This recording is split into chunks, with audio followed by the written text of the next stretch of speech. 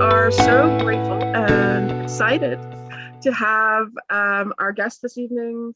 We have Stephanie Toliver, um, Cin Von Quinzel, Sydney Amanuel, Sue Kissenweather, and Stitch. And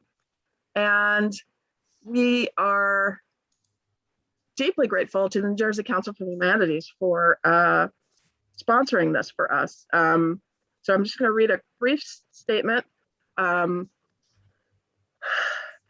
to give them credit. This program was made possible by a grant from the New Jersey Council for the Humanities, a state partner of the National Endowment for the Humanities. Any views, findings, conclusions, or recommendations expressed in this program do not necessarily represent those of the National Endowment for the Humanities or the New Jersey Council for the Humanities. Thank you. I neglected to introduce myself. My name is Joy Robinson. I am one of the adult services librarians at Piscataway Public Library. And we are, again, as I said, very grateful and excited to welcome you to tonight's program, Mind the Gender Gap. And I'm going to turn it over to my colleague, Karina Gonzalez, who will lead us with the questions and introductions for our guests. Thank you. Hi, everybody. My name is Karina Gonzalez, and I too am a librarian at the Piscataway Public Library, and I am so excited to geek out with you tonight. Let me tell you a little bit about the panelists that we have with you here for tonight. We have S.R. Toliver, Assistant Professor of Language and Literacy Education at the University of Colorado Boulder, created Reading Black Futures, a site dedicated to promoting science fiction, fantasy, horror, comics, etc., you name it. Cin Von Quinzel, plus-sized cosplayer, self-taught costume maker, and alternative model based out of New York, whose creations span multiple fandoms, including comic books, anime, video games, and more. Sydney Emmanuel is an actor and artist from New York with projects ranging from film to photography and whatever else she can get her hands on. You can also find her hosting and writing on the Leaderboard, the largest channel on YouTube dedicated to inclusive gaming for the casual gamer, and on the Glass Cannon Network. Sue Kissenweather is one of the hosts of Women at Warp, a groundbreaking bi-weekly podcast committed to examining Star Trek from a feminist perspective and exploring intersectional diversity in infinite combinations. And then finally, last but certainly not least, we have Stitch, a writer, comic, and commentator on various topics with many fandoms, particularly the representation of queer women of color. She has contributed to Teen Vogue and other online publications. Thank you all so very much for joining us this evening. We are honored and delighted, and let's dive into some questions and learn a little bit more about you. So I'm going to call on someone. You're going to tell me a little bit about who you are, how you came to be here, and why you're a nerd. So let's start with Sue. Well, those are some loaded questions. Why I'm a nerd, I'll start there. The credit/blame, I guess, goes to my older brother, who is 13 years older than me and sort of raised me in, well, he didn't raise me, my parents raised me, but he was also there. He babysat me most of the time and introduced me to all of these nerd and nerd adjacent things. You know, I did not necessarily realize that the stuff that I watched as a kid was not the stuff that my peers were watching as children, and at least until we were old enough to like have discussions about it on the playground, and I didn't understand why nobody wanted to play away team with me, you know. So yeah, so my entryway to fandom, as fandom is, was definitely Star Trek. I attended my first convention in August of 1994. So I'm approaching 30 years of convention going, which is kind of mind-blowing to say. I early on joined listservs for fan fiction. I found mentors in those communities. I am still friends with a lot of the women I met there, and continued throughout college, sort of waned for a little bit. I started blogging for a podcast around 2009, started podcasting in 2011. And in 2015, some friends and I got together, we started Women at Warp. And to our knowledge, at the time, we were the only Star Trek podcast with an all-woman team.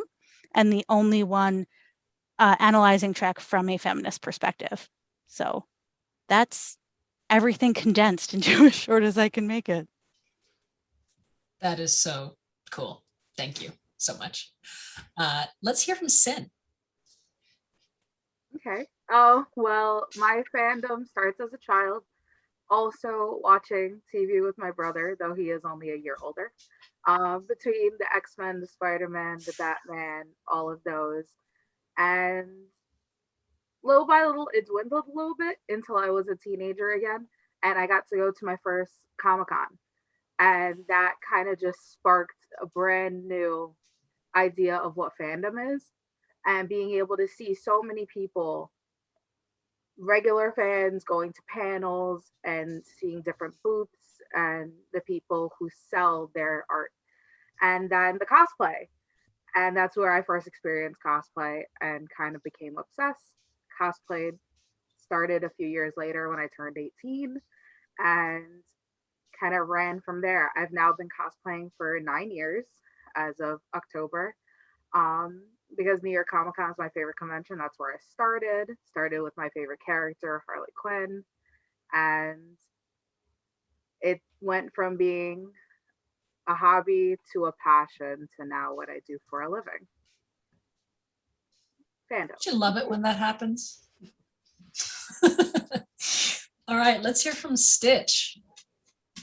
Oh, well, so my first kind of memory of being a little nerd kind of was my dad used to pick me up. He was like the primary parent that like watched me when I was little. He used to pick me up and we would watch the Sci-Fi channel, but like proto Sci-Fi channel, because I don't think it was actually called that. And we would watch the 60s Batman together when I was like 5 or 6. And like I grew up with Westerns, which aren't typically nerdy. Like people don't think of it as a nerd thing, but it kind of is.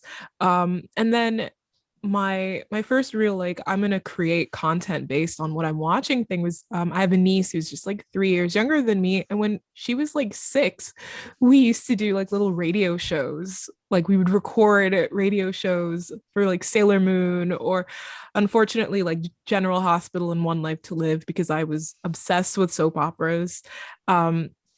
And I've been moving through online fandoms since like July 2001. So I'm like really excited. I'm like 20 years in online fandom. And then I'm like, that is 2/3 of my life. That's 2/3 of my life. That's amazing. And I moved from different anime fandoms to Star Wars, comics. I was really into DC because I was like, the characters are more accessible, even though I like Marvel more. And I was like, why was that a distinction I made? And around 2009, I kind of realized like, wow, this thing that I really love doesn't always love me back. And I started thinking critically about like kind of how specifically Black women were being treated in fandom spaces, especially with Zoe Saldana being cast in Star Trek and in a ship. Like she's like clearly shipped. And I was like, oh, well, what are people talking about? And I went to the Star Trek fandom and it was like really racist. And I was like, but how? This shouldn't happen. And that kind of is my gateway to where I am now, where I guess for a living, I talk about fandom and how sometimes it's not that great. Yes. And that's one of the reasons we're here tonight, to talk about those truths. All right, let's hear from Sydney. Sure. My intro to nerdiness. I grew up loving video games, huge video game person. My dad played video games. We used to play video games together. We were a PlayStation family, and then we got an Xbox when I was in high school. And then I stopped. And then I went to college and I was like, well, no more video games. I'm an adult now. And it took me until I was also busy with college things, but it probably was good I wasn't playing video games. I was actually studying. But it took me to being out of college and not really knowing what I wanted to do to realize that I loved video games. And why did I stop doing that? And there are career paths within that.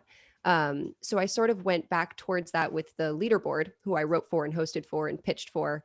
And that just like cracked me wide open to all different fandoms. It just became this like gateway. And I loved tabletops. I always loved tabletops, but I never had that older brother or the friend to kind of intro me to it. So one day I just like went to a gaming cafe alone and walked in and I was like, hello, does anybody want to play Dungeons and Dragons with me?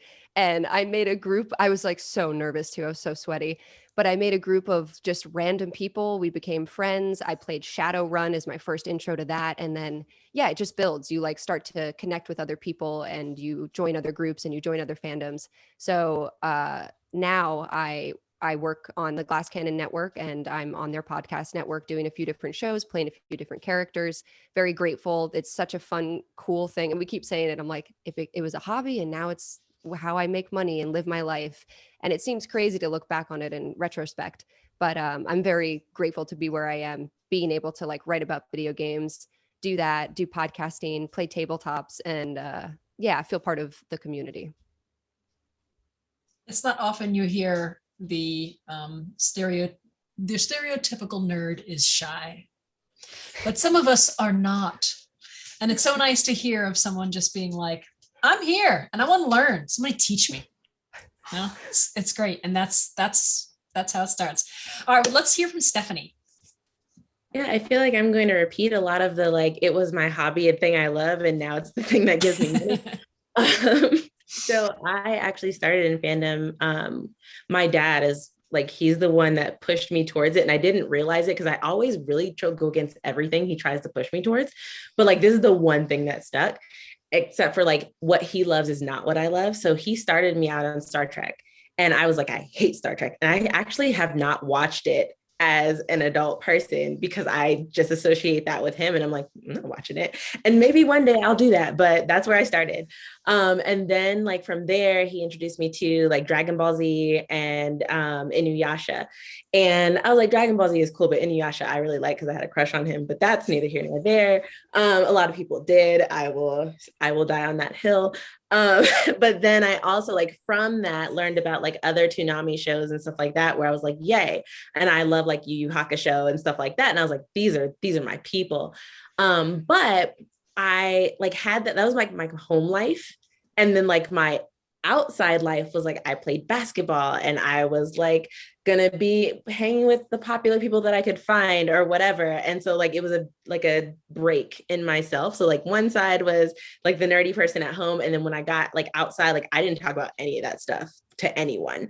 And then it wasn't until, so it lasted all through college where I was just like, well, home life, outside life. And that's just the way that it was until I found Octavia Butler in undergrad. And I thought she was a new author that I didn't do my due diligence and check the copyright date. And it was Parable of the Sower. And I was like, Mom, there's this new book. Let me tell you about this new author that I found. And then she was like, no, baby. And I remember like that moment, I was like, oh, wait a minute. Like there are actually like Black people, Black women who have like done this, like they've written sci-fi. Like I had only known about like white men who had written it. And like I'd read like the Asimov and like stuff like that.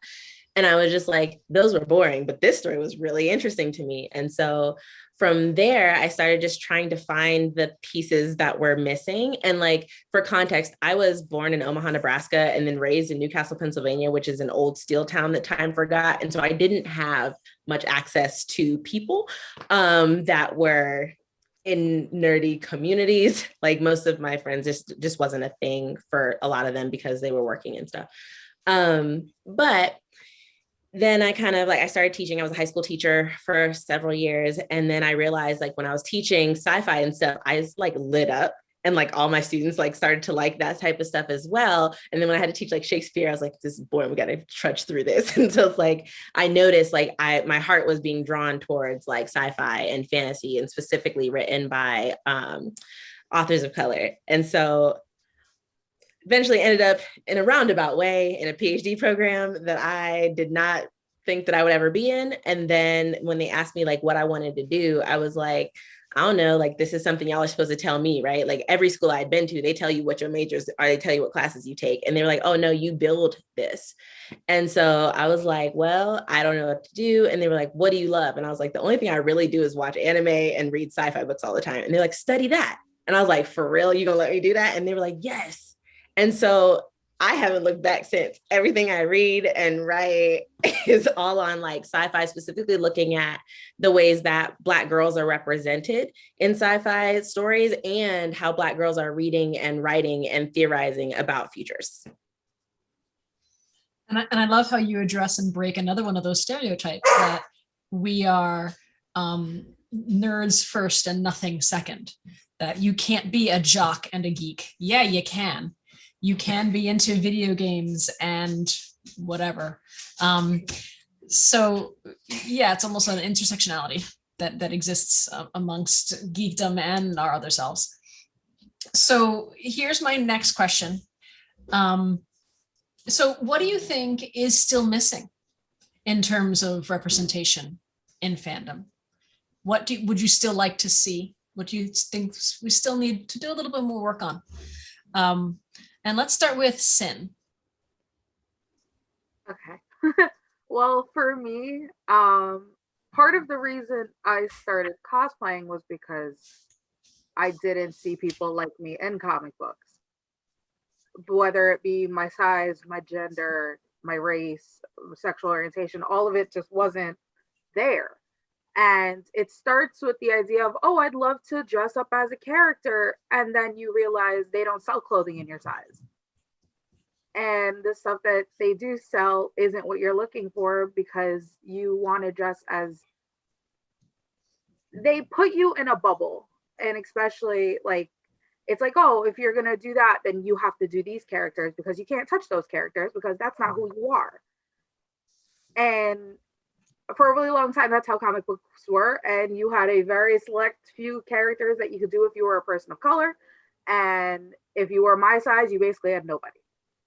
And for the last 10 years, I feel like they've made a little bit of progression, little by little, trying to either make new characters or take old characters and make them into people of color. So I think it's kind of weird. I think, why can't we get a new character? But when it comes to what I think needs to be improved on, still a list. Representation still isn't fully there, whether it comes to more women in general, different sizes, different races, non-binary people, transgender people. There's a literal list. Disabled characters, whether visibly or not. Just there's a whole spectrum in comic books, anime, movies, all of that I think still needs to be touched upon, where they kind of glimpse it, or they like to, like, I love Miles Morales, but I feel like they were like, hey, a Black Spider-Man. And I was like, awesome. And then they went, oh, and he's, Hispanic. And I was like, cool, there's a ton of us. And they were like, oh, and he's bisexual. And I was like, okay, I get it. Totally get it.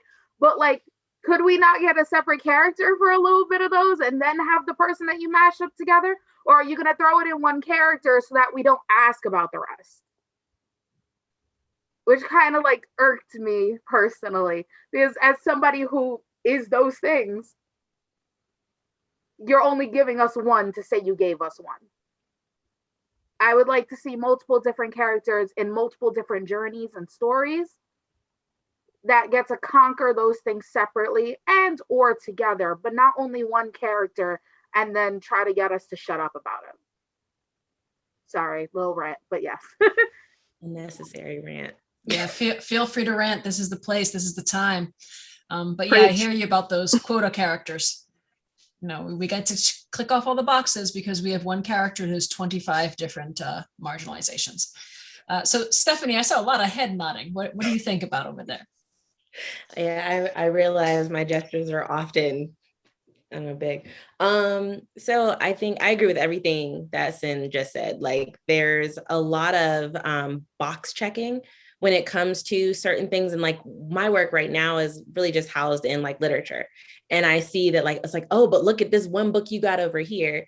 And then like, that's the one. And it's like, they lift it up to godly status and it has to be like the most amazing book ever. And one of the things that I see is that like, we're not allowed to be mediocre. Like, everything has to be the most amazing book that has ever touched this earth in order for it to get any recognition at all. And I've seen so much mediocre mess that has gotten so much praise because of who the author is not, for lack of a better way of saying it. And like, I think that there's gotta be a conversation about that, like the fact that like we need to be allowed to be mediocre. We need to be able to write whatever our heart desires. If we want to have like, I don't know, a Black girl slaying dragons or something, we should be able to slay some dragons too. Like I want to see the ability to do that work. And also I think that sometimes we get pigeonholed into there has to be a specific type of story attached to identity. So like so I teach pre-service teachers now, and like there was a couple of books where there's not really a big focus on like race or gender or sexuality. It's just the character has these identities and then just, you know, they do magical stuff. And then like, they're like, but like, what's the inner meaning? And I'm like, what you mean? And they're like, well, how does it deal with like race or, you know, like oppression? And I'm like, our stories are not just bound by oppression. Like we laugh and stuff too. We have like, you know, and so I just feel like there's a pigeonholing of this type of stories we get to tell. There's a refusal to allow us to be mediocre in the telling of whatever stories we want to tell. And there's not enough of those stories overall. And I feel like sometimes it's like, oh, well, we got the one Black author, so we don't need any more. Like there's that thing. So yeah, I also ranted. So thank you, Cin, for starting that process. Yes, let the chain of rants begin, or continue actually. So what do you think about all this, Sue? What do you think's missing? It's a loaded question. I think, because I think the initial way that you phrased it was what's missing in fandom. Is that right? And I think it's disingenuous to pretend that fandom is any different from the rest of the world. So what's missing from the rest of the world is what's missing from fandom. But I think in some ways, in some fandoms, it might be a little bit better, but in a lot of fandoms, I think it's a lot worse because there has been so much gatekeeping for so long by white men, we'll just say it, that a lot of fandom spaces, both online and in person, are very white and very male. And it's that just can mean it's not welcoming. Whether or not how those people behave, just walking into that space when you feel alone there does not make it a welcoming space necessarily. How do we change that? I don't know, because I am also white, right? And I do my best to change that, to make things welcoming, to make sure that a space is not entirely white, or not entirely male, or not entirely straight. I mean, by being in the room, I fix 2 of those things, but it's what's missing in fandom is everybody feeling comfortable to be themselves and express themselves and share their stories and share their passions and share their creativity, because we're not there yet. And it's not right to pretend that we are by any means. Although while Stephanie was talking, I was thinking about all of the times that I have been accused of watching television with a checklist. I'm sure everybody else has heard that too, but it's a lot of times the creators of these stories, the white male creators who have the checklist, who say, well, if I do this, they won't bug me. And if I do this, they won't bug me. And so often white stories or stories centering white characters are seen as a default, and stories centering anyone else are seen as a special interest. And that needs to change. And in my own fandom in Star Trek, that as Stitch was saying, a lot of the fandom is really racist. And with Star Trek Discovery, that comes to the fore. And I've been watching this franchise my entire life, and I think, what shows have these people been watching? Because it's not the messages of this franchise, and it's not the messages of most of these franchises. So much of science fiction in particular, but a lot of fantasy as well, is about breaking down the walls between marginalized groups, breaking down the walls, searching for equality the underdogs rising up and bringing down their oppressors. And somehow people who claim to have been watching this stuff and loving this stuff for their entire lives somehow miss that message. So maybe it's that message that's missing from some fandom spaces. That was I got so well spoken. Wrapped around. Oh, thank you. I feel like I took a very roundabout route with that answer. No, I thought that was beautiful and direct and concise, and there's a lot of tokenization of the other. They try to put it all in one bucket, and then they point at it and say, "Look, we've done our job." But then it's still an othering, because it's not the normal natural stories that we see. It's always the, like Stephanie was saying, the oppression story. But I'd actually love to hear Stitch's take on this. So my whole thing is, where is fandom kind of messing up? And I think a huge thing is that people just don't want to talk. Right now, like, so an example I can use is, like, right now people are talking because the Archive of Our Own just hit like almost 200,000 for its donation run, which is great, unless you look at their actual budget and you're like, what is going on there? We are literally not allowed to talk about that, or the site's lack of anti-racism, anything, which they promised they would do June of last year, without being accused of trying to destroy the archive and fandom in and of itself. And it's in those moments with these conversations where white fans who are not white male fans, like, they're not cishet white male fans, they are white women, they are queer people of color, they're often simply not Black people who position themselves as, like, the real fan. And it is a form of gatekeeping I'd previously only seen with white men, to come into fandom and have people go like, well, you're not a real fan because you're asking why this not-for-profit has done nothing beyond server costs, or, well, you promised not anti-racism and we don't even have a conversation about it. And people are framing it, all of these conversations about representation in fandom and behavior in fandom, as attacks on fandom. Like, I saw someone tweet, like, twice a year the Archive of Our Own comes under attack, and, like, the majority of those conversations are literally, well, there's a lot of actual racism on this space, and in defense of this space, can we do something about it? Can you guys do something about it? And the response is, oh, well, this is my safe space, this is my escapism. And it's like, well, I would like to not see overtly racist fan content. I think that it's unfair that your escapism is racist. And the conversations explicitly position fans of color, especially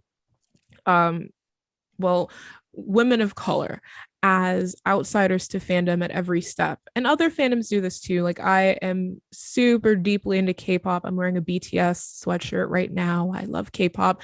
And even though you think, oh, this is a fandom, literally BTS has the love yourself, speak yourself thing, where you're supposed to, speak your truths, love yourself, hate bullying.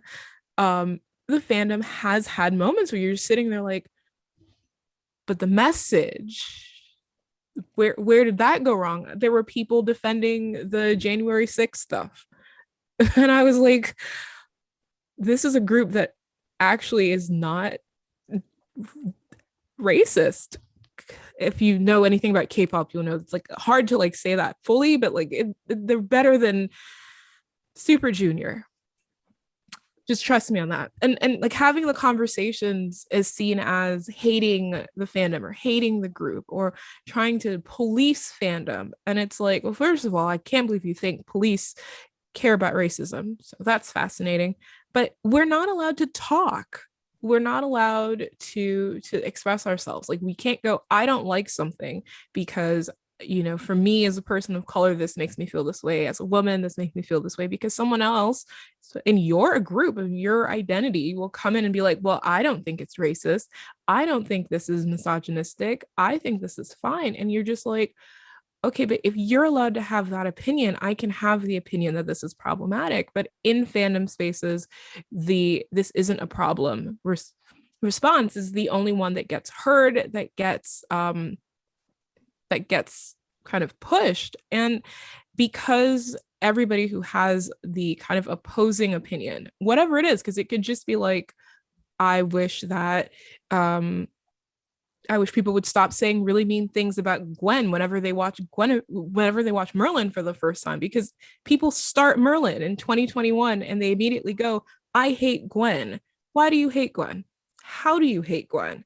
When, the villains of the franchise get like lots of rep, or they're watching Doctor Who and Martha is public enemy number one, and nobody acknowledges that people start these fandoms kind of geared up to hate Black people, to hate Black women, to hate women of color and pairings they're in. And we can't even talk about it because that's seen as somehow anti-fandom. And nobody wants to go, well, if talking about misogyny, harassment is anti-fandom, what is that saying about your fandom spaces? We can't have any of those conversations. And like, I try to have them. That's like the point of my website, and like all of my work is fandom is great, but not for everyone and not all the time. And that's apparently anti-fandom in and of itself. So sucks. Like you said, I love how you put it. It disturbs me that you want racism in your escapism. That's it. That's it right there. That's part of what they love about the fandom, which is definitely a problem. Sydney, I'd love to hear your thoughts on this. Yeah, I mean, you have all made such wonderful points and like spot on. Like I'm agreeing with everybody, and you put it so eloquently. But yeah, I think in the tabletop world, something I relate to is definitely this idea of like the gatekeeping within a fantasy world. Like I enter some games with some people, and some DMs, some players, and they just say some shit at the table. And I'm just like, it's high fantasy. Why can't they have a wheelchair? Why can't they do that? Like, what do you mean? Why? Like, what do you gain from putting others down? Learn to punch up. Like, it's brain numbing sometimes to hear people talk about it like that. So tabletop, yes, that I agree. And then also as an actor, and as a female actor, I think I also agree with the point that Cin and Stephanie were making, where the dimensionality to these characters it's vapid. It's like, they put in a token character, they check it, and there's nothing behind it. It's a set wall, and you push it down. And I think as an actor, I get a lot of sides, I get a lot of scripts, and it's like, whatever female character, queer character, and I read through the entire thing, and I'm like, okay, this added nothing. This did nothing. You created this to create it, and good for you, pat on the back. So I think to that end, what's missing in that sort of fandom, in the tabletop world and RPG world and acting too, cosplaying as well, it's the dimensionality to these wonderful characters that could be wonderful characters, the possibility to create amazing characters that, kids can latch on to, people who look like the character or identify with the character can latch onto. And that's what's missing, because even that is like not a great step within the fandom, because you create something and it's sort of this intangible or like unrealistic thing that you're giving to people, and to attach yourself to that is wrong. It's like, oh yeah, okay, great, and then it's just an empty handout, I guess. So yeah, I think coming from my world and my background, I would love to just see deeper characters and better storytelling. I love that image you gave of the set wall, that lack of dimensionality, and that now every time I see one of those characters, I'm just going to be pink. I'm going to flick them down like I'm playing a game and they're just meeple. So I want to actually go back to Sue, because you had started talking a little bit about experiences that you've had in real life, unfortunately negative ones. And I'd love it if you shared a time when you were excluded, challenged, harassed, intimidated, bullied in fandom because of your gender. I know we have lots and lots and lots of these stories, and we can talk for the next 5 hours about them. But yeah, let's get personal. Share some Yeah. of your stuff. I mean, I'm a woman who publicly identifies with the word feminist on the internet. So daily is the answer. The stuff that shows up in the comments in our website before they get moderated, because they always get moderated, is sometimes, usually I can laugh at it at this point because I've been doing this for so long, but sometimes it's really disturbing. But why don't we go way back to the days of America Online and dial-up internet? And the first time I tried to, I don't even remember what they were called, discussion groups. It was the first time I tried to join an AOL discussion group, again for Star Trek. I was young. Gender politics were not part of my thought process. And before I was allowed to join, the moderator gave me a quiz. And I just thought this was normal. And months later, I'm talking to somebody else in the group, and I said, "Oh, did you take that quiz? How did you do on the Star Trek trivia quiz?" And this person happened to be male and said, "What are you talking about?" And it took a little bit too long, but I realized that in an online space for a Star Trek discussion group, I was asked to prove myself, literally, and had to take a quiz in order to be allowed in. And that was only happening to the girls and the women in the group. And I mean, I'm sure that lots of us have had experiences in a comic book store, at a geek shop, in a geek space, of being asked to prove your nerdiness to somebody. If I can expound just a little bit on this, I find this particularly, I don't know, ironic and also frustrating in Star Trek fandom, because Star Trek fandom history is my own little like pet interest. And for over 50 years, that is a fandom that has been driven by the women running it, who organized letter writing campaigns, published fanzines, organized conventions.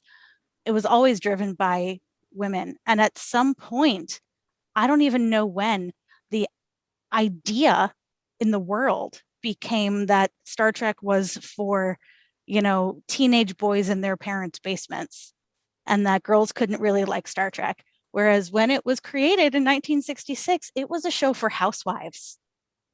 That's what the studio thought of it as. So it's astounding to me that there's years and years and years of history and years of records and years of zines and books and proof and convention how-tos, and here I am being asked to prove myself because girls don't like Star Trek. And it's incredible, sometimes in a bad way. Incredible. Oh, thank you for continuing that daily fight. It's hard, but we appreciate it. Let's hear from Stitch. What are some challenges you've had? So many. But for the most part, like, so offline fandom is where I get people largely doing like, "Oh, you are presenting as because like I'm non-binary, and people don't always clock that, even though sometimes I'm like wearing shirts that say that I'm non-binary and they miss it. But so people don't usually, so like going into comic book stores, that was like kind of the constant of like, why are you here? I did in college for both my undergraduate history degree and my master's degree in literature, I did work on comic books. Whenever I tell people that, they would then quiz me. And it was always like one of my friends introduced me to someone and was like, "Oh yeah, Stitch is doing their master's in comic books." And this person proceeded to like ask me these like really weird, really difficult DC Comics questions, and I answered them because I was like, I'm bored and I have nothing else to do. But then he didn't know the answers. And I was like, why would you ask me that? And primarily in online fandom, what happens is I get misgendered and people call me male a lot. And that's been a thing. Lots of people, even though the picture on my website is like the like high femme, like lipstick thing, people will call me a him as just, and I'm like, that's not a pronoun I use. And it's very interesting that both things require or rely on kind of going like, you're not what you say you are. You're not a real nerd. You can't possibly know what, you know, superheroes were doing in the 1940s, or you're not a real queer person. You're not a real non-binary person. You're not a real woman by my standards. So I'm going to change that for you. And, you know, it's all very frustrating because a lot of it could be solved by going and taking like 2 seconds to think, like, would I like to be treated like this? And nobody ever seems to think about that. But they could stop treating me like that. That'd be great. Yeah, you enter into fandom spaces and they assume male. And if you don't fit that mold, there's just shock and confusion. So I want to hear some of your challenges, Cin. As someone who literally wears their fandom, I feel like online's one aspect that's a lot easier for me at this point to be like, it's the bullying, the usual, the, you know, you shouldn't be cosplaying that, all that. And that is something that is easy to block, delete, and do all of the, and you're gone to. I feel like you both brought up the pop quiz, and that is what I was going to talk about, because when it comes to personal spaces, whether it be at a convention or either in, you know, my regular life, at a convention, it's a little bit more expected because it's like, oh, you're wearing that. Do you know that much about that character? Do you know? It's like, and at first you want to get defensive and you want to prove them wrong. And that was me the first couple of times, just being like, I can answer everything. But I got to a point where I was like, why do I need to prove anything to you? Why? Who are you? And very quickly, they don't know as much as I do. Because if you're going to ask me a question, I'm going to ask you a question. And now you're stuttering and all over the place because you don't even have the answer. I think it's even weirder when it happens in personal life, because you'll be at a party or something and your friend brings up what you do. And it's like, oh, you do that thing where you dress up. And it's like, yeah, sure. And it's like, oh, so you must know a lot about DC, Marvel, anime, the movies. And I'm like, I do. And it's like, oh, well, can you tell me this about this? I can, but I won't. And it's like, but I'm just saying, if you really liked it, if you really were a fan, you'd be able to answer. It's like, no, I just don't need to prove myself for your attention. Because what does it matter? We can have a conversation about anything. And if you wanted to have a back and forth about something, that's awesome. I love it if you're like, I really like this movie. Have you seen it? You know, I really like this series, or like, you know, even the common, you know, DC or Marvel, what's your preference? But there's a difference between that and being pop quiz like I'm on Jeopardy. I'm not on a game show. I don't win a prize. And you're definitely not the prize. So what does it matter to me? So when it comes to those things, I love that you both mentioned it, because I've heard it from so many other women, non-binary people who just aren't expected to be in the fandom, have the same story. Like, there was this person, usually cis white guy or straight guy, who's just like, I know more than you do. Like, even if you did, what does it matter? And I think, especially as a cosplayer, it's like, oh, but you know, what if I don't know that much? And that doesn't mean you don't enjoy it. That doesn't mean there aren't aspects of it that you saw and appreciated enough to put on a costume. Go out there and present yourself with your passion. You shouldn't have to prove anything to anybody, no matter how much or how little that you know. So yeah. And until you phrase it that way, I don't think I realized that that's a reason I have avoided cosplaying as well, because I didn't want to fail the quiz. And as a librarian, I'm supposed to know all the answers. But I would like to hear what Stephanie has to say about this. I just feel like I'm following the trend again, is the quiz thing, right? Like everybody gets quizzed for things. And like, I have a very specific example that happened like a month ago. So we went to my partner's friend from college, got married, went to the wedding. His brother came out to me and he was just like, I just wanted to tell you, I heard about your work. And I was just like, all right, like I am not here for this at all, but okay. And he was like, I'm getting my master's right now. And I was like, cool. Like, I don't know what you want me to say. Like, I have mine. I've been had it. I don't know what this purpose of this is. And he was just like, I just want you to know that I'm studying in science fiction too. And I was like, great. And so then he starts like listing off books and asking if I read them. And so he was like, have you read Dune? Have you read 1984? What about Brave New World? What about what did he say? It was like the foundation novels, Hitchhiker's Guide, like Do Androids Dream of Electric Sheep, like all of that. Like he was going to like the old stuff, right? And I'm sitting here and I'm like, yes.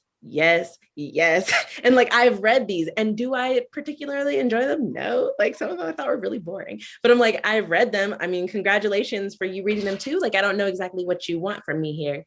And he was like, well, you know, you're really well read. And I'm like, okay, thank you.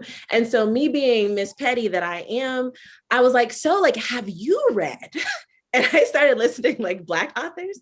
And so I was like, have you read like, you know, some Ishmael Reed, Octavia Butler, Sam Delaney? So like I went like back too, because he wants to do like the old school stuff. And I was just like, did you read W.E.B. Du Bois's The Comet? Like, have you read that work? And he was like, no.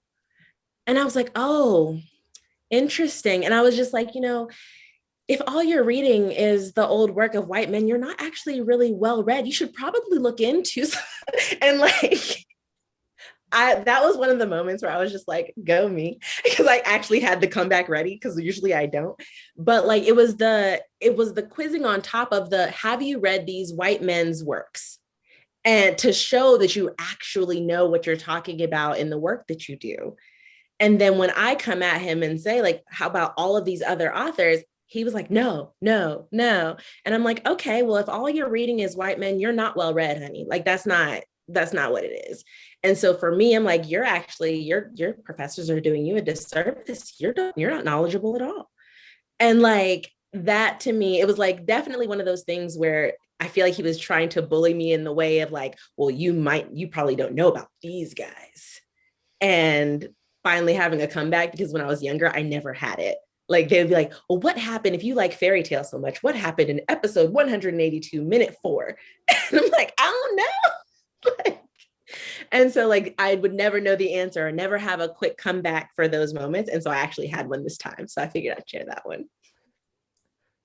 Yeah, there's something about it's canon. It's seminal, as in semen required in order for it to be accepted. That is just such crap. So thank you, Sydney. I'd love to hear some of your challenges you've had. It's funny because I never thought about the whole idea as like the pop quiz for women, and it's so true. And instead, of course, I internalize things, and I will talk to my therapist about this. This is a great panel we're having. But I internalize things and I get, imposter syndrome. So instead of viewing it as the pop quiz, you're judging me, I view it as like, man, I'm just like so grateful to be here, which is great. Like I'm constantly humbled by my ability to, join groups, join fandoms, be a part of things, and I will never lose that. But there comes a point where I have to look and realize that like, no, I'm supposed to be here. I have worked extremely hard to be able to be here. So with that combined with the pop quiz shit, which totally happens. And for me, unfortunately, the leaderboard and like Double Tap Gaming and the places that I write for and do research for and pitch for, they're online, man. They're YouTube. And you can't escape the cyberbully. Like oh my God, the comments, just wouldn't read them. But a lot of it would transfer over. They'd find my social medias and they would immediately, oh, I saw your 127 facts on whatever it was, Resident Evil. And they're like, why don't you list all of these things about, and I'm like, I did the research. I've played the games. You can watch the video. I don't have to prove myself. And it took me a while to get there. And I still have to remind myself, in certain circles, I don't have to list things off for you. I'm not an encyclopedia. And this is what I do. And I'm good at what I do. And I have to like do my little self-affirmations about it, because yeah, when you're constantly berated and bombarded with these people who ask you things and want answers and want you to prove yourself, you lose sight that you don't have to do that continually. It's enough that you produce good work. You don't then have to justify your good work. So I'm right there with all of you. And I'm so happy and also sad that we've all been through it, but it feels very nice that we all get it. And we're also like, yeah, fuck it at this point. I'm not doing that anymore. Can I curse? I've also cursed twice. Karina, is it okay if I curse? I can deal with it in post-production. Sorry. Okay. I'll stop cursing. I'm so sorry for anybody watching. If you're young, and I'm sorry, you shouldn't curse. It's all good. But yeah, I hear what you're saying about when you hear these stories, misery sort of loves company. And in the way it galvanizes you to realize you're not alone, and your sort of armor class goes up when you have to go into these situations and you realize, no, it's okay. I don't have to, prove myself. I don't have to answer your stupid little quiz. So since all of us have experienced things like this, now I want to talk about what advice do we give to people who are in these situations when you don't have the choice to just not read the comment because it's there and it's in your face and it's not going away. And I would love to start with Cin.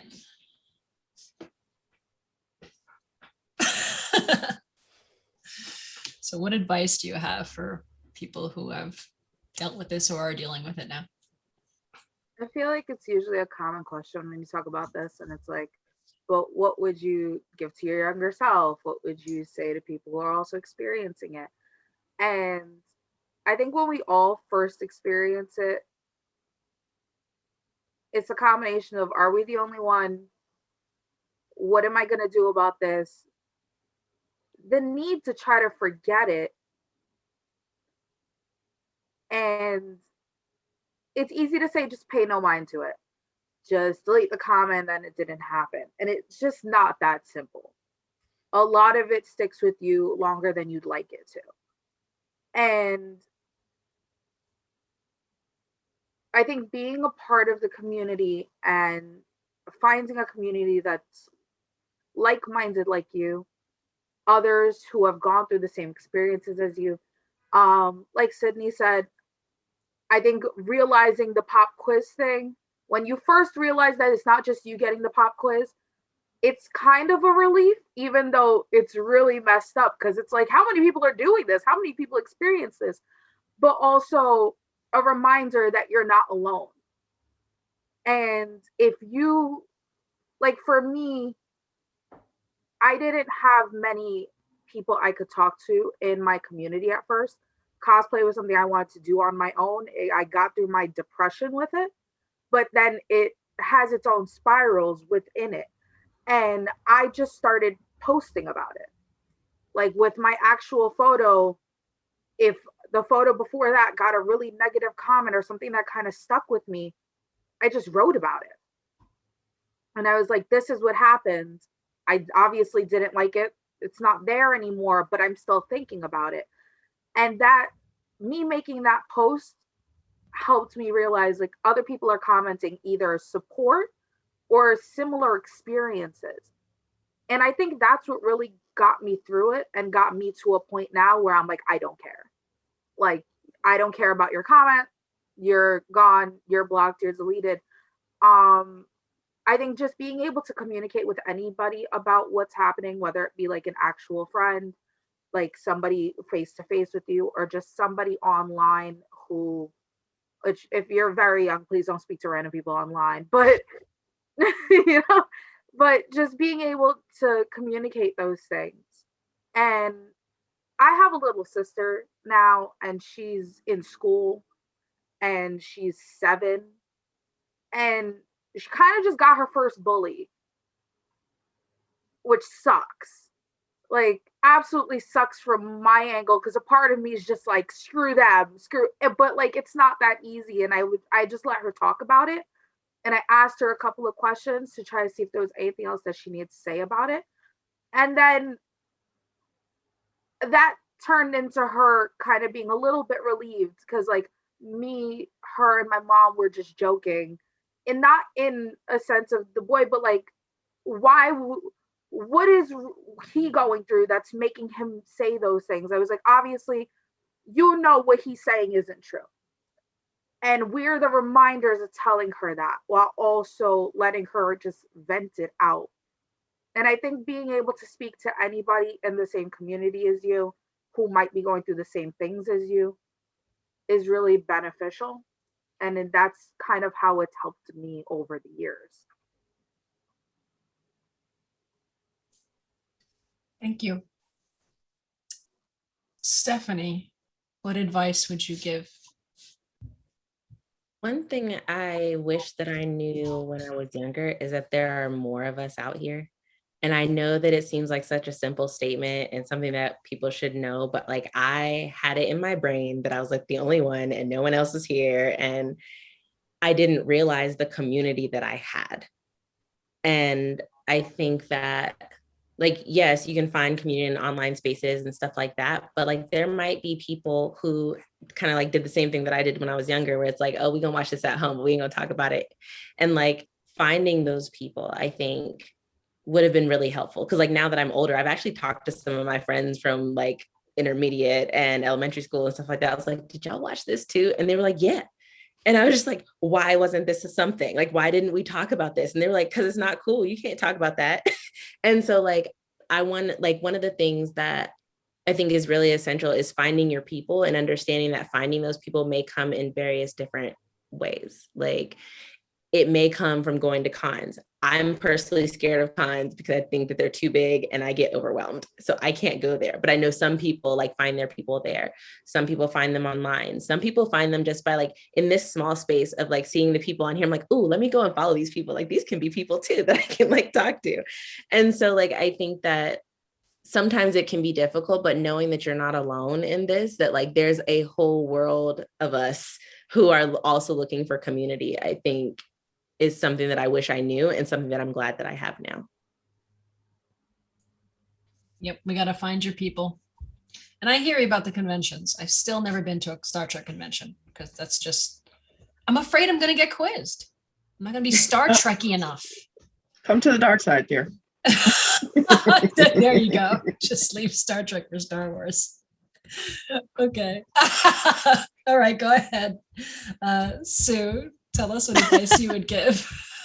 Well, first I'll say I'm also a 501st member with 5 approved costumes, so you can like both. Oh. But can I just say I'm so glad that I haven't heard a single it gets better on this panel. Because I mean, that's not real advice, right? Can we all agree on that? That's not advice. I think sometimes we forget that we have the ability to curate our experiences. I have made the choice that I no longer go to conventions that don't have a publicly available anti-harassment policy. I won't go. And I make sure before I do go to an event that I have read that policy and I know how to report, I know where to report, and I'm ready to go. Whenever possible, I attend those events with friends so that if something happens, I'm not alone. I have witnesses, we all have witnesses, and we also all have an escape plan. I know that sounds extreme, but if you're in a situation, you got to know what you're going to do, how to get out of it, and where the boundaries are. Because you might not necessarily be able to communicate to your friends, we have to go right now, but if they can see your reaction to something or you can see theirs, you can see those signals and get out of a bad situation. To that end, this might be like a bit of an edge case, but have your phone ready. I'm not saying don't go publicly shame somebody on social media, but have your phone ready to be able to provide evidence if you end up having to report somebody at a convention. In an online space, you can block, mute, and unfriend. You can leave a space. If you're joining a forum, again, this is similar to convention harassment policies. I won't post on an open forum unless they have a comments policy. And I make sure that it's being enforced. So we do have the ability to curate our experiences online and in person. And I think we need to take better advantage of that. And I think we need to remember that there is safety in numbers. So whenever possible, move throughout these spaces with your friends. And yeah, that, I don't know, that it's difficult when you see certain behavior not have consequences. So if you're in a space where that's happening, the best advice that I can give is remove yourself from that space. You don't have to put up with somebody's harassment or toxicity or racism or homophobia or transphobia or anything. You can leave. You don't owe them anything. You don't owe them your labor. You don't owe any, you don't have to educate them. You can leave. And that's all. And it's upsetting how often we have to. I don't want to leave, but sometimes you have to. Sydney, what would you say to this? Yeah, I think about Cin, you made a really good point of like me thinking who I am now. I have, lived many years and gone through many experiences, but me thinking back to like my 12-year-old self and trying to like explain to them without saying like, yeah, it'll get better, don't worry. Because for a while it doesn't. Like it's really hard. And it's hard to feel marginalized, and it's hard to feel like an outsider, and it's hard to make friends, and it's hard to join groups. And that doesn't get easier. But I think if I were to go back and tell my 12-year-old self, I would be like, don't be afraid to reach out to that person, or, join anime club. I wish I fucking freaking joined anime club when I was in middle school. And I remember there was a kid on my bus, and I was talking about Kingdom Hearts, one of my favorite game franchises. And he was like, you like anime? And I was like, ha ha ha. No, do not tell anybody that I like anime. Do not do this to me. And I wish I had just gone back and sat on that bus and been like, hey, dude, you can join anime club and run track and field and do a play. Like, it's fine. So my advice for people is follow your hobbies, follow your dreams in that aspect, like do things that make you feel good. And it's still taking me, I'm 27 years old, and it's going to take me another 27 years to enable myself to do that. But I am constantly telling myself, if it doesn't make you feel good, you don't have to do it. Like Sue said, if you're in a situation, if you're with a group of people and you're like, but I love this game and I like playing, but they don't make you feel good, you don't have to play with them, and you'll find other people. And that I can promise you, because the more that I've realized with fandom is like, yeah, it's much bigger than you think it is. And there's so many people out there who are going to align with you, and you're going to make such good friends, and you're going to find your people. But you have to put yourself out there, and you have to realize the people you don't want to be around to find the people you do want to be around. So yeah, it is hard, and it does get better, but not without all the hardships. So I would just say, do it, go for it. Well, I sincerely hope it doesn't take you another 27 years to get there. Stitch, how do you feel about all this? Okay, well, first of all, God, does it get worse? And that's actually a very unfortunate thing, because part of what I do, if you've kept up with like what Talia Lavin does with like Culture Warriors, I think. I'm not entirely sure what the title is, but she does work on the infiltration of alt-right into male fandom spaces, right? And I'm not on her level, but I've literally been watching for the past 4 to 7 years as alt-right rhetoric and kind of approaches to racism get into fandom run by women and queer people, and it's horrifying. And so it's getting worse. But the thing is that they can't shout everybody down. Like, I get a lot of messages from other people of color, like queer women of color, like lots of teenagers who are like, I am in a fandom and I tried to talk about how something hurt me and somebody yelled at me, or like they kicked me out of the Discord server, and I thought that I was wrong for saying, and usually they'll send me the message. So I know that they're not being aggressive, or they're not cursing at people. They're literally just saying, hey, can we not do this? Or can you say this a little bit better? And people are shunning them. They're calling them slurs. They're hurting people in the name of fandom. And then the person is like, if not for your website, if not for your Teen Vogue articles, if not for your tweets, I really wouldn't know that this isn't normal, that it's not okay, and that I didn't do anything wrong. And part of it is like, sometimes the visibility sucks on my end because like people are terrible, but then you get a message from someone, who's like, thank you, I want to keep being in fandom because of you. And I always encourage, like, I'm really bad at replying to emails, but I always encourage people to like reach out if you can, because like community is kind of all we have. Like, you guys probably all said it, like, community is what makes us, and we're in fandom because we want to be with other people who like the things we like. And when you get a really good community within fandom that's able to talk about the issues that you see in fandom, that are able to have your back, because I do a lot of online fandom, so it's mostly like in group chats, in Discord servers or WhatsApp groups.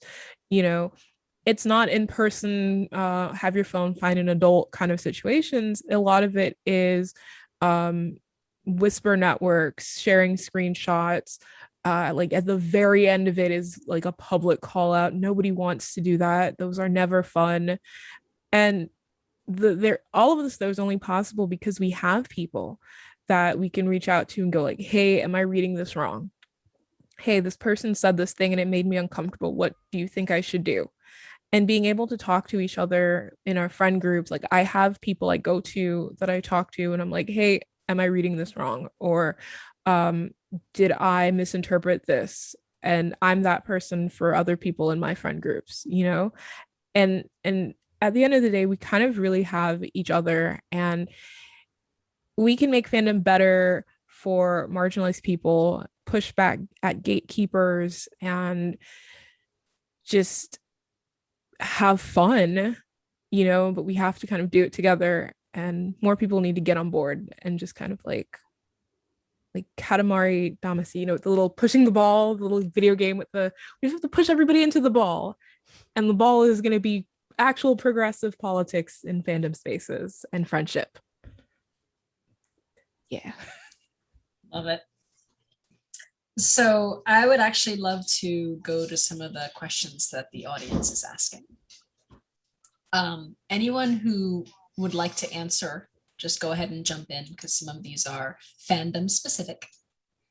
So the first question, if you're an anime nerd, how do you feel about Netflix anime like Cannon Busters, Carol and Tuesday, etc.?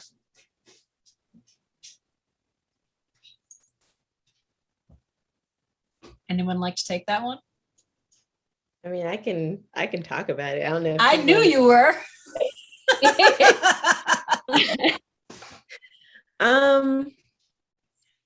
So I think that I appreciate how Netflix opened some for us to exist in anime, because I think that like in a lot of like especially the older anime shows that I used to watch, there would be like some good representation of Black people in anime spaces, but then there's also a lot of minstrelsy. And so I appreciate Cannon Busters, I appreciate Carol and Tuesday, I appreciate Yusuke, and like how it moves away from some of that caricature.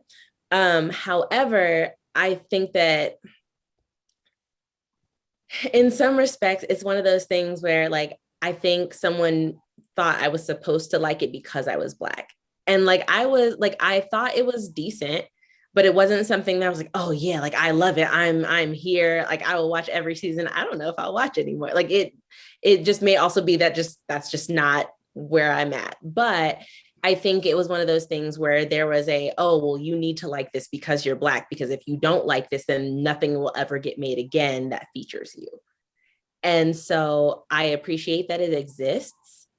I didn't particularly enjoy it in the ways that I enjoy other anime, but I also think that like we just need more, you know, and I appreciate Netflix for opening that space up, but I feel like there can be others too.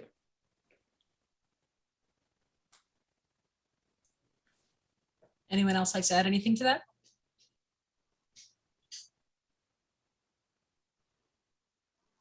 It's what you were saying earlier, Stephanie, about the right to be mediocre. And, you know, it sometimes feels like, yeah, that's a test that, you know, that's sort of like, oh, that it's been put out there. So we all have to support it. We have to support it. Otherwise, yeah, they'll stop producing it because it's not profitable, or because, you know, as though everything that pertains to a specific group or gender or whatever has to be liked by, you know, every person of that group or of that gender. And it's frustrating because what happens then is the powers that be sometimes they use it as a weapon. It becomes weaponized. It becomes a thing where, okay, well, we gave you this, you didn't show up, so you don't really want it. Yeah. And it's no, that's, yeah, you're not grateful enough. Yeah. And I think with some of them too, it's like they give the shot, but they don't give enough time to let things actually like go. Like when I think about like anime seasons, right? You can have like a 40 episode season or something like that sometimes, depending on what the anime is. And like Yusuke is the one that I watched the most recently, but like they gave it a few episodes. They didn't give it enough time for plot development. And like, it could have been so good if we had like 25 episodes to actually flesh out some of the intricacies of the plot that was trying to be developed, but we didn't get that many shows. And so then it was like, well, you just don't like it. I'm like, no, I really thought it had so much potential. They needed more episodes. I mean, anime gets lots of episodes, it's the thing. And so it was just, you know, it sucks because I really, really wanted it to be better than what I thought, but then I know other people who loved it. And I think that that's okay, but we're not allowed to do that. So yeah. Thank you. Anime is not one of my fandoms, so I could not answer that one. All right, here's another question. So this one's directly put towards Stephanie or the librarians, but anybody can jump in if you have anything to add.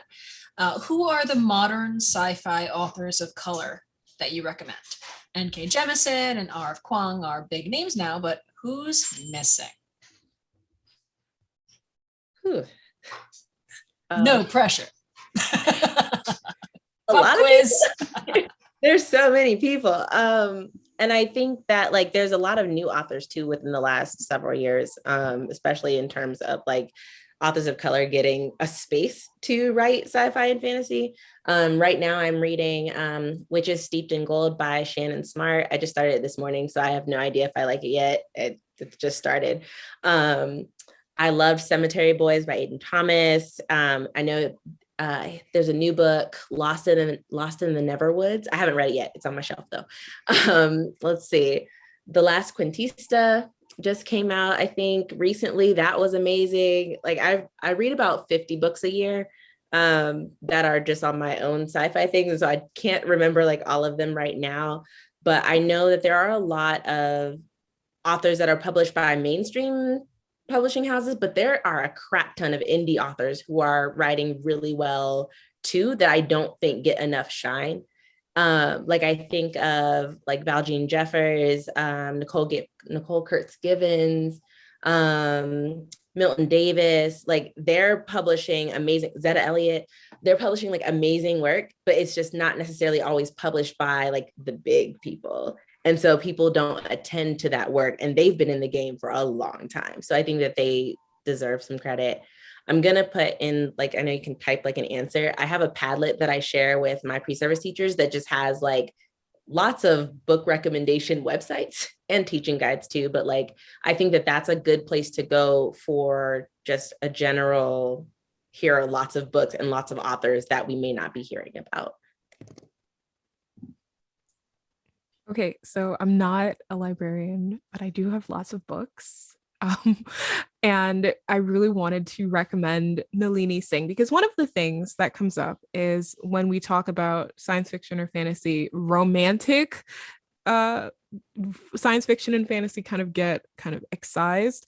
And I've been reading Nalini Singh's work. She has 2 urban fantasy series, but I'm going to recommend Guild Hunters the most because it's about angels and they're terrible. And her books are about people of color. Like almost all of the point of view characters are characters of color.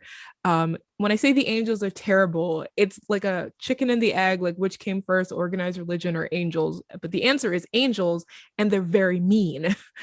And it's brilliant. I'm recommending it because I just started rereading the series because the latest one comes out the day after my birthday. So I'm also because I read a lot of urban fantasy. So like Stephanie On has the Harrietta Lee series, which is perfect. So I'm going to type that in, both of those things in the chat, but terribly, because I'm not great at this. What else? There's also, hold on, scrolling. I have so many books. I will put together also like a list. Like I have my website. I'll put a list of racks on my book list on my website. I also do every Halloween. I do a list of scary things, and that includes usually books by people of color. So I'll put that up too at some point for this year. And manga, just nobody ever remembers that manga is a really good jumping off point for fantasy and sci-fi and horror specifically. Like I want everybody to get on the Junji Ito train, please. He's for everyone great. Just frantically scribbling, don't worry, I will get all of this down and I will email everyone these lists so that you can update your Goodreads. Anyone else have authors or books to add? Yeah, I'll add just a couple. There's this year I read a science fiction short story collection called New Suns, and the subtitle is Original Speculative Fiction by People of Color, edited by Nisi Shaw. So I will recommend that. I also really love the 3 Body Problem series by Chinese author. I'm going to do my best. Liu Cixin, I believe. It's Cixin. And the English translations are pretty great. And if you're into like hard sci-fi, like science and math sci-fi, I highly recommend that series. My husband has mentioned that series several times. I need to read it. Any others to add?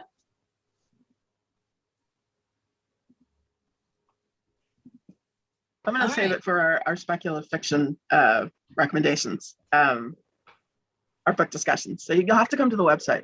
Yeah. Yeah, we do run a speculative fiction book discussion group. Just saying. So now I'd love to talk about what current projects everybody's doing and what are some next projects. Let's start with Sydney. What am I doing? Well, I'm still doing work for the Glass Cannon Network. We have a few shows on there, Androids and Aliens, which I'm in. We do a fun series called New Game Who Dis, and we play all different modules. We bring in different people who aren't on the network, which is really fun. I've made a lot of good friends through it. So that's an ongoing thing. Outside of gaming and my fandom stuff, I'm an actor and I'm also a production designer and art director in film and television. So the projects I have coming up are unfortunately not my world of fandom stuff that I love, but I'm working on a TV show and I have a film coming up that is taking over all of my brain space. So I had a little like Sunday scaries panic when you were like, what projects? I was like, oh, projects. I've got to answer these emails. But they're fun. It's really fun work. But I wish I was doing a little bit more of the gaming, and I got to get back on my Twitch. I do also stream on Twitch and I play video games, but it's taken a back burner to all the other things that pay my rent that are going on. Yeah, fandom has to tend to bow to those that pay the rent, unfortunately. All right, Cin, what are your current and future projects? So currently I finished New York Comic Con it was like I went to a small convention before that with the whole COVID. It was definitely different. The experience was different. But I enjoy making vlogs while at conventions, so I was able to finally put a new one out. With that being said, Anime NYC is next month, so I will be working on my projects for that. And I don't know if anybody here likes Yu-Gi-Oh, but I'll be finally making Dark Magician Girl. So excited about that one finally. Um, Also, we'll be working with a studio to finally put out tutorials and more informative videos about how I make costumes, things I would recommend when it comes to patterns, usage, and small details that I wish I knew when I started and would have saved me a lot of money, struggle, and time. But before all that, I get to make Halloween costumes for me and my sister. I showed her WandaVision. She's a huge fan of I Love Lucy. So being able to see the black and white transition into color, if anybody's seen WandaVision, you know what I mean. She saw her costume as the comic book character version. She insists that's what she wants to be for Halloween. So I get to make that in the next week. And she wanted me to decide what I was going to be. So I decided I'm going to be her sister Polaris from the comics. So she'll be all red, I'll be all green. And if I can get my brother to wear a Quicksilver shirt, that would be great. So yeah, those are my plans coming up. That should have been one of the panel questions. What is everyone going to be for Halloween? I'm going to be Ash Ketchum, and my twins are Pokemon. So, Stephanie, what are some current and future projects? Yeah, so I'm in the academic world. So we have to write books and stuff that we don't really get paid for. So my first book comes out next month. And they made me pick a boring name for it. So it's called Recovering Black Storytelling and Qualitative Research. And then the little colon, because all academic work has a colon, and then in darkened story work. And essentially what I did was, it's my dissertation in book form. And I wrote my dissertation as like a sci-fi novel. And so it's like, the first part is like the academic stuff. And then like the rest of it is like sci-fi story. And then at the end, I'm like, here's how the research goes into the story. And so it was my way of like blending the two things that I love into one thing. And then they let me do it. So that's coming out next month. And then I'm working on a project with a friend of mine who's done really well in like the sci-fi academic spaces. And we're doing an edited collection with all Black women and Black women identifying writers talking about Afrofuturism and like Black feminism in the speculative. And so we're still in the proposal writing stage and trying to figure out like who we're getting for different parts of it and stuff like that. But like, that's what's coming up. And I'm really excited about that, because I think that like, even though a lot of Black women have been in Afrofuturism and speculative fiction, there hasn't really been attention to like Black feminism and womanism in speculative fiction as an actual like space that's there. It's kind of like we get chapters in the larger books. So I'm excited about this. And it's multi-genre. So like, we don't have to all write just academic essays, which I like really fought for. So like, we're going to have fiction, poetry, somebody's doing like a storyboard. There's going to be like some academic essays, there's memoir in there. And so I'm really excited about that. I wish I had known you when I was a college librarian. And what's the title of that? We don't know yet. You don't know. Okay. Like, this is the beginning stages of things. And so we're still working on like all of the stuff. And so I just like started working on the description and all of that like recently. So, well, once that's ready, please let us know and we will share the love. All right. Sue, current and future projects. Sure. So the podcast Women at Warp is ongoing. We just actually released an episode today on season 2 of Star Trek Lower Decks. There are some hot takes in there. And I'm always, speaking and researching and writing about Star Trek over at womenatwarp.com. I am personally always researching fandom history. And yeah, my convention season just sort of wound up with New York Comic Con. So we're in a lull for a little while, but preparing for Star Trek missions in Chicago in April, where we hope to be celebrating 50 years of Star Trek conventions. The first one was in 1972 in New York City, organized by a bunch of women. And yeah, other than that, this past summer, the Podcast Women at Warp hosted an online podcast festival that we called the IDIC Podcast Festival. In Star Trek, IDIC is Infinite Diversity and Infinite Combinations. We sort of took that tagline and shifted it to Intersectional Diversity and Infinite Combinations for our show.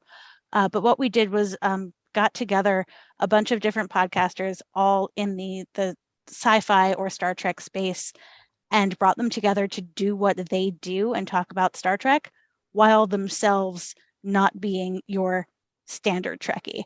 So basically the point of the event was to prove exactly what someone was saying earlier. I'm sorry, I forget who, but that if you're only, it must have been Stephanie, if you're only listening to white men talk about Star Trek, you're doing it wrong. Just like if you're only reading white men science fiction, you're doing it wrong. And all of those sessions that were live streamed are up on our YouTube channel as well, if anybody's interested in checking those out. So once we hit the springtime, we will be discussing and starting to work on bringing that back for the second year. And I think that's everything. You are incredibly busy. Yes. And then you can do that documentary. Right. Yeah, Sue, we can talk offline about Newark Public Library's history with Star Trek conventions, because they're actually, might predate the New York one. So we can talk about that. Yeah, the 1969 conference at the library, organized by Deborah Langsom and Shona Coverford, is all right in my brain. Depending on who you ask, that is the first Star Trek convention. Yeah. But according to the organizers, it was a lovely afternoon at the library. Yes. So the one that's recognized is January 1972 at the Statler Hilton, now the Hotel Pennsylvania. Sorry, I geeked out. Sorry, go ahead. Moving on. Okay, so Stitch, current and future projects. So many. So twice a month you can find me on Teen Vogue.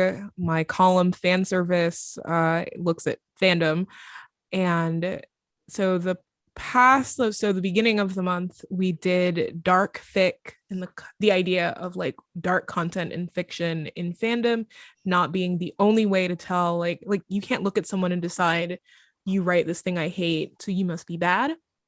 Kind of like nuance and stuff like that. We're doing a Halloween column. Well, it's not gonna be on Halloween, but it will be right before, and I'm really excited for that. I just did an appearance on the podcast I Met You on LJ, which is like, it's on my website. Like if you scroll down, it's one of the, like I linked to the Spotify version. The 24th, I'll be speaking on the plenary for Fan Studies, the Fan Studies Network North American Conference, and we're talking about ethics in fan studies. I have no idea what else I'm doing that weekend because I thought I was on another panel, and I think I'm wrong. Upcoming publishing wise, I actually have a book coming out, which is really funny, but it's under my birth name. But I will post more about it, but it's called Infamous. It's a novella out with Rebellion Publishing, but I have no information on links or dates yet, so I haven't published anything about it on my website.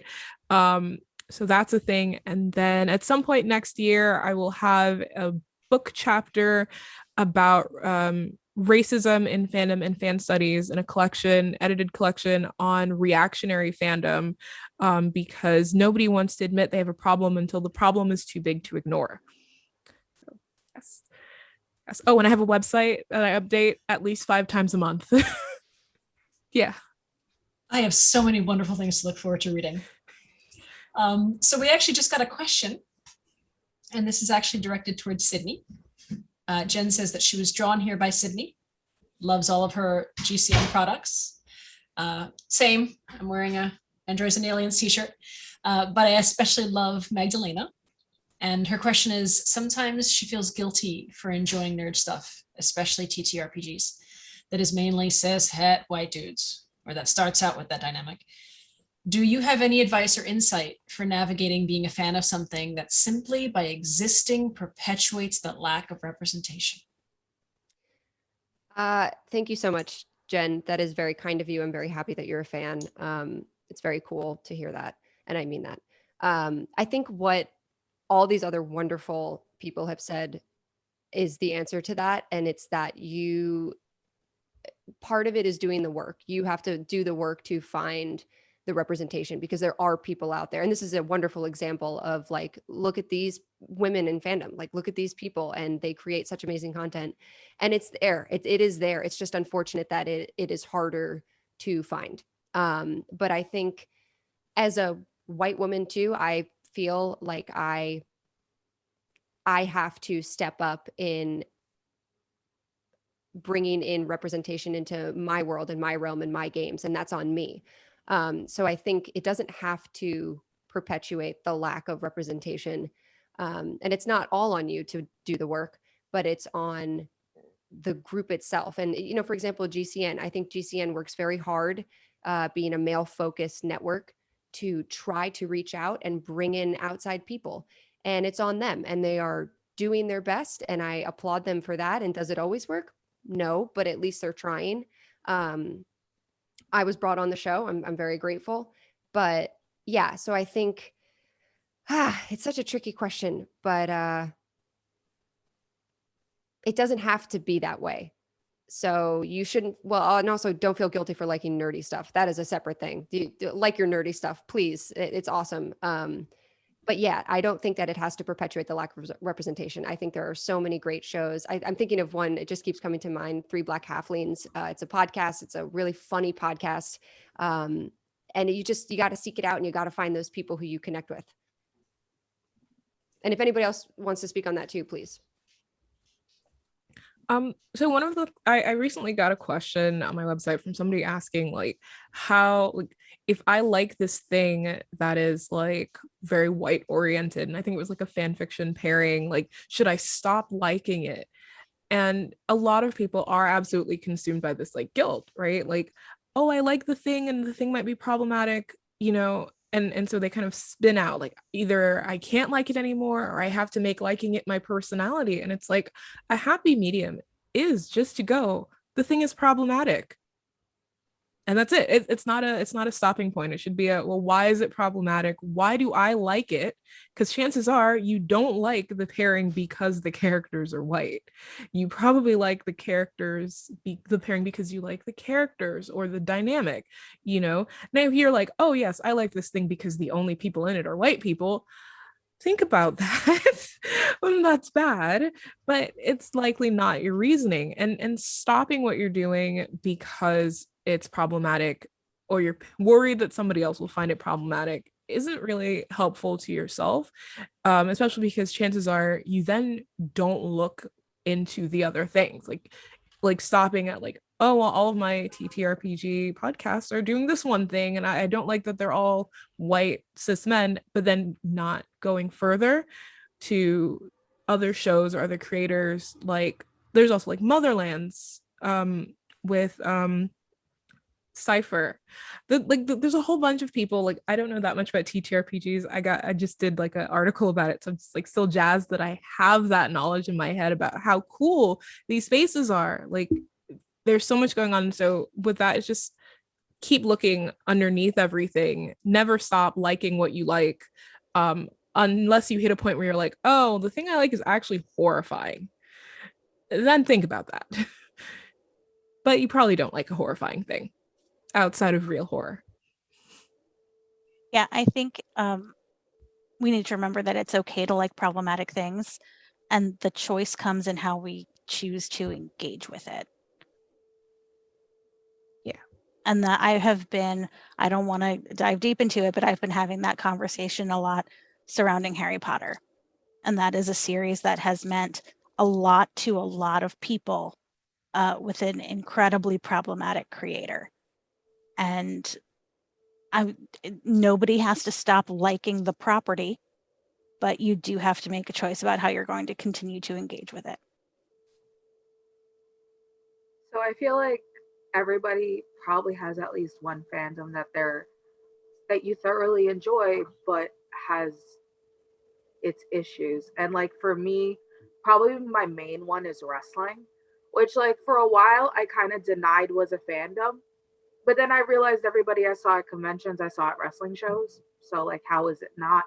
But I have to acknowledge the problems with the companies, the problems with the people who run them, the problems with the wrestlers themselves, and then how do you enjoy and or support while still needing to see a difference? And their fans are even another thing, because the same fans that are there are the same Trekkies, the same Star Wars, the same comic books, same anime people. And no matter what, there's going to be people or things in the fandom, whether they're run by it or not. And it's just, what do we choose to personally be involved in when it comes to it?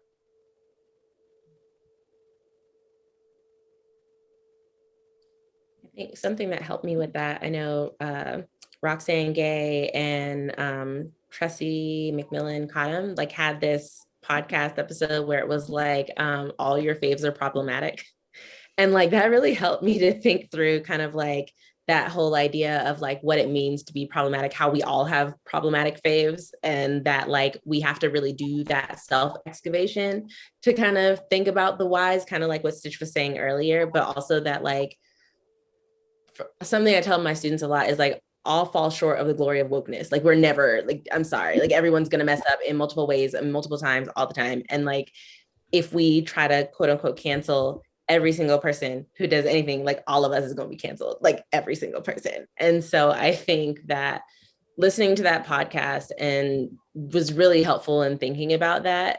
And I know like you mentioned like Harry Potter, like that was something I grew up on. And then I was like, but then having to realize like, I do feel like art is kind of like a Horcrux where you can't like separate completely because like pieces of people go into them. But I also feel like it's something that I have to think about like my whys. And so, yeah, that podcast is good too.